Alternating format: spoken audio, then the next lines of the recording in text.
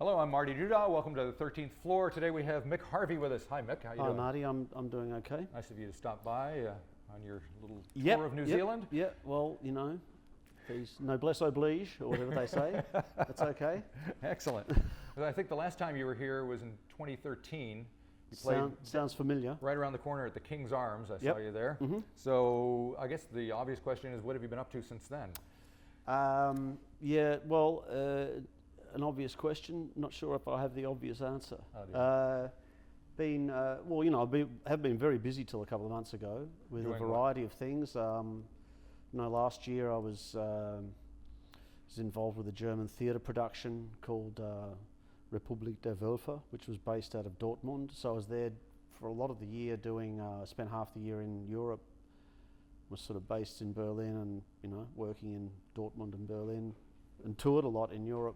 And when I came back, there's always a lot of different bits and pieces going on, but I was then doing the music for this documentary that, what was it called? What was it called here? Tides of Blood, I think it was, the one Sam Neill introduced for the kind of Anzac documentary. Right. It was called something else in Australia. But I did the music for that, which ended up being an enormous job because they wanted wall-to-wall music, basically. It was like, by volume, it was like doing 2 feature film soundtracks, effectively. Right. And not by amount of by compositional stuff. Not by intricacy of work, because it's a documentary, so a lot of it is kind of, what do they call it, background music, underscore. So, but, it's a huge amount of music. So that took up a lot of time, and then I had to go back in the middle of doing that. I had to take 2 weeks off and go to London and work on the new PJ Harvey album. I was going to ask you about that. Well, there you go. And then it finally got to March, and I've had a lot of free time since sometime in March. Can't remember when, but it's been nice. So I've actually been taking it a bit easier, which is good. Well, hopefully you can tell me a little bit about the PJ Harvey album, because this is the thing where she's doing it in front of the public. Well, she's done that. Yeah. So did you now work it's on just that the part? recording.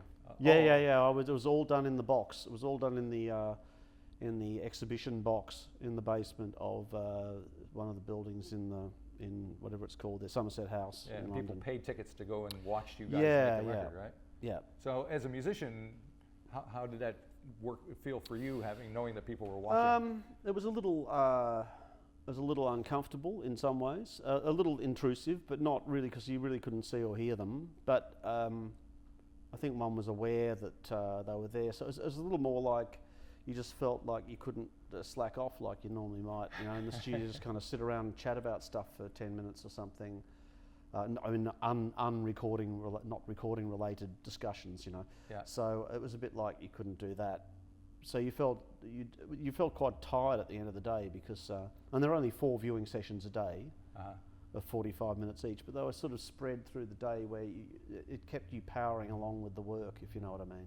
Did you talk to her much about that process, about the whole situation? Well, no. By the time we were informed this would be happening, she was all very much committed to doing it, right, with the way the whole recording was set up. So there wasn't, either we had to agree to it, or I don't know what we did if we didn't agree to it. I mean, basically that was what was happening. So it was a very unusual situation. But it didn't really affect what we played, I don't think. I realised ultimately you're much more concerned probably with what the other people in the room think of what you're doing than you are about someone you can't even see or hear who's outside a blackened window, Right. So it didn't really affect that, I don't think. So what was your contribution to the record? God knows. I don't know, I just did what I usually. I mean, the funny thing with the way Polly's been recording, it's quite different in that, we're all sitting around like a group of, say there'd be 5 or 6 of us in the room, and I can tell you this because the public saw this happening. That's right. Usually it's a bit like that's not for public consumption. You're not meant to tell everyone how you're operating. You keep that to yourself. But she'd put down a basic, I suppose, a rough version of the song, like kind of templated the song, like record a basic track to a click or just free, or however she'd do it, just singing and playing whatever basic instrument she'd begun with, and then she'd get everyone in the room to sing the song, or everyone, if it became like, we'll put the drumming on, We get so there'd be a couple. There were so many drummers in the room; it was ridiculous. And it would end up everyone in the room would end up playing a percussion instrument. So it was a whole percussion ensemble, all recorded at the same time in one take. Eventually, so it was really unusual. That's not the way you normally record. It's quite unusual, and it's fun actually. And then she'd get everyone to sing the song, so we'd all sing all at the same time. Not individual. So I don't know if the public were seeing this bizarre recording process, and I don't know if they thought that's the way it normally is. They're in for a rude shock if they go to some other recording session. But anyway, it was good fun. We had a Excellent. great time. I can't wait to hear the results. It was some of it sounded quite amazing, actually. It really did. And are you planning on touring with her when she comes out with the record? Yeah, I am planning to do that. Yeah, it's still contingent on certain factors all lining up. But yes, in principle, I'm hoping to be able to do that. Yeah. Cool. Now speaking It's of a lot of touring. The plans go right through to the middle of 2017. So really. That's frightening. I don't normally organise things more than about 3 months ahead. Right. This goes for 2 years.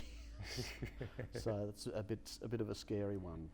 Now speaking of it touring, does include. So I did notice something about Australia and New Zealand on the touring plans. Very good. Yeah, that's good news. I'm not going to tell you when it is. Well, I remember when. I'm probably not at liberty to say anything about that. Other than I did notice that it was listed as a possibility. Very good. I'm probably allowed to tell you that much. Yeah, we got a scoop. Yeah, scoop. Yeah. You're not off the touring plan. So the tour you're on now, who is in the Intoxicated Men? The Intoxicated Men, they chose to be called that. Okay. They better not be drinking tonight is all I can say. Well, it's JP Shiloh, who's I've been working with for quite a while now in different projects. Yep. And Glenn Lewis is the bass player who has been playing with more recently with the Cambodian Space Project, if you know them. I don't, but sounds fascinating. Sort of Australian Thai group. Of course. No, Cambodian, obviously. Sorry, what am I talking about? An Australian Cambodian group. I was just thinking about Thai food, probably thinking about Thai restaurants or something. Cambodian Space Project. And so the other, the drummer is Hugo Cran, who's also been playing with the Cambodian Space Project, but is, I've known him from, he used to be in a band called The Devastations. They're another Australian band with no Cambodian connection at all. Right. So as far as I'm aware. It's been a couple of years since you've been here. It has been. What can we expect from the set list? Well, it's a bit different. Yeah, probably a bit different. A lot of the songs would be similar to the set, but I'd be doing more. I mean, there's a drummer this time, for one. There's no upright bass, so it's more. I suppose it's a bit more electric. More of a rock and roll. Hope people don't boo me like Dylan, you know. No, it's definitely. It's more electric, I suppose, and it is actually a bit more. A bit more up, I suppose. As a result of it, I think I kind of started gearing the song selection a bit more to being, so I just thought, well, when you play that really moody, slow, dark stuff, it's quite, it's still got a lot of that in there, I think, but it's quite hard to pull that off in noisy clubs where everyone's talking and stuff like that. You really need a particular kind of theatre environment, so if I'm in one of those, then I'll probably shift the set leaning more towards those kinds of things. Gotcha. Yeah. You know. But we actually had a couple of festivals early in the year, you know, where you're playing at an outdoor festival, and I rehearsed some of the songs because Glenn and Hugo, the rhythm section, had done the Gansburg shows I did. So they hadn't done my solo material, so we geared it more towards the stuff that was a bit more up, just to kind of to cut through the rabble. Yeah, just to kind of be enjoying it ourselves a bit more as well, because it's a bit hard to, broad daylight, trying to sell this thing that's just not going to work. Yeah. I love selling that hard stuff as much as possible, but when you're just kind of, trying to push something impossible uphill, and it's, Sisyphusian, whatever you say, whatever that adjective might be. And it's been a couple of years since your most recent album as well. It has been. So is was there I a new- playing stuff off that? I probably was playing some stuff. When you off came that. here before, this had just was about to be released. About to be released. So That's what I you thought. did play a few songs from it. Yeah, but it hadn't actually come out. Yeah. Yeah. Well, so we're probably doing a few more songs of it now, especially that we've got the drummer, because Right. we have actually included a couple more songs from it in the set since we have the drummer and it's come out. Yeah. And it's an interesting record because the way you've laid it out, as far as there being 3 acts. Yeah, I and tried kind to of a make song it cycle. as confusing as possible.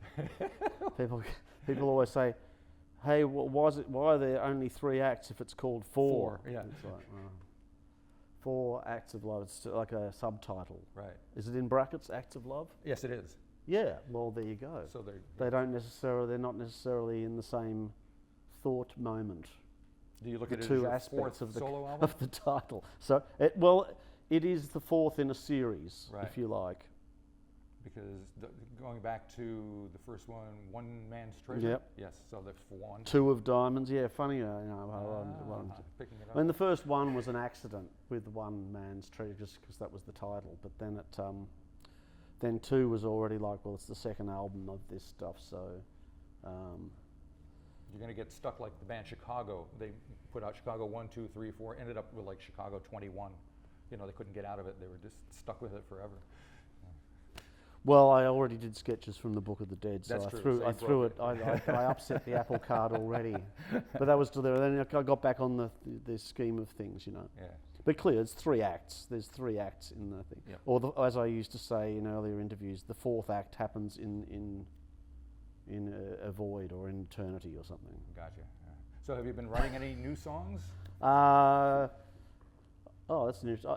No, I haven't actually recently. I've been, there was quite a lot of musical composition going on there at one stage. I've been thinking about writing songs. I've got some ideas for some, but I haven't. Do you have to kind of set I time sit, aside usually, yeah. I usually have to sit down and kind of go, okay, how do I want this idea to go? Where do I want to take it, and how would I like it to sound, rather than it just popping out. And the initial idea will just pop out, but all musical ideas come to me just randomly sometimes. But if I'm actually going to construct a song, I'm not really a songwriter like most songwriters.